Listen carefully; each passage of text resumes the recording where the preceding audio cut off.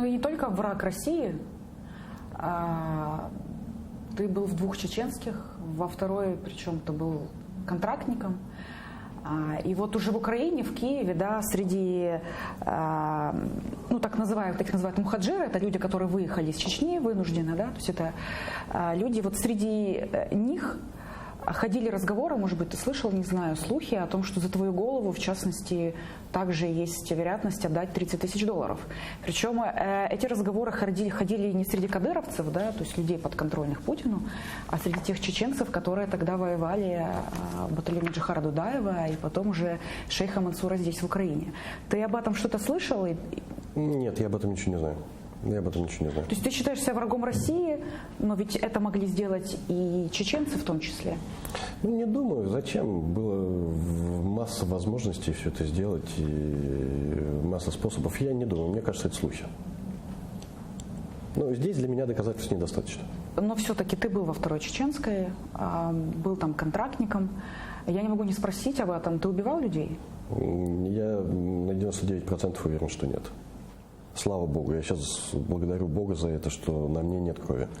И потом, знаешь, вот вопрос, скольких ты убил, это, я тебе скажу честно, это самый дурацкий вопрос, конечно, который можно спросить, и он ужасно раздражает всех.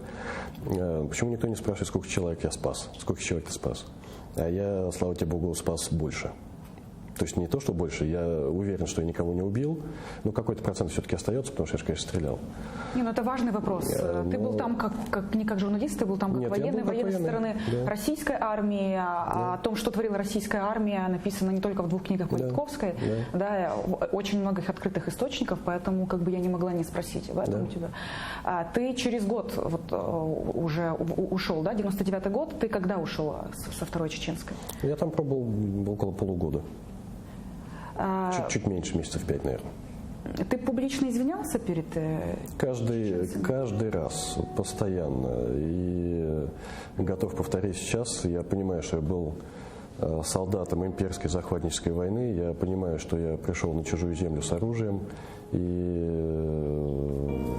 я понимаю чувства, которые это может вызывать в других людях. И я полностью их с себя не снимаю. Я ответственности себя не снимаю за это, да.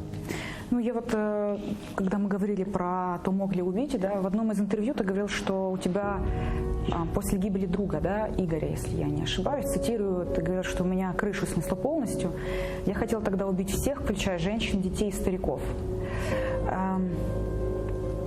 Мне вот интересно, когда это чувство и чем это чувство ты смог утолить? Ничем. Слушай, это чувство, его нельзя убрать по желанию. Оно само прошло. Это было чувство абсолютной, стопроцентной, блестящей ненависти. Да? Здесь, в мирной жизни, мы не представляем, что такое ненависть. А ненависть – это кирдык. Я говорю, мне хотелось убивать всех, безусловно. Но я тогда сошел с ума. Я просто видел, я начал видеть себя уже со стороны, в третьем лице. Но это прошло, там, через 2-3 дня это прошло просто.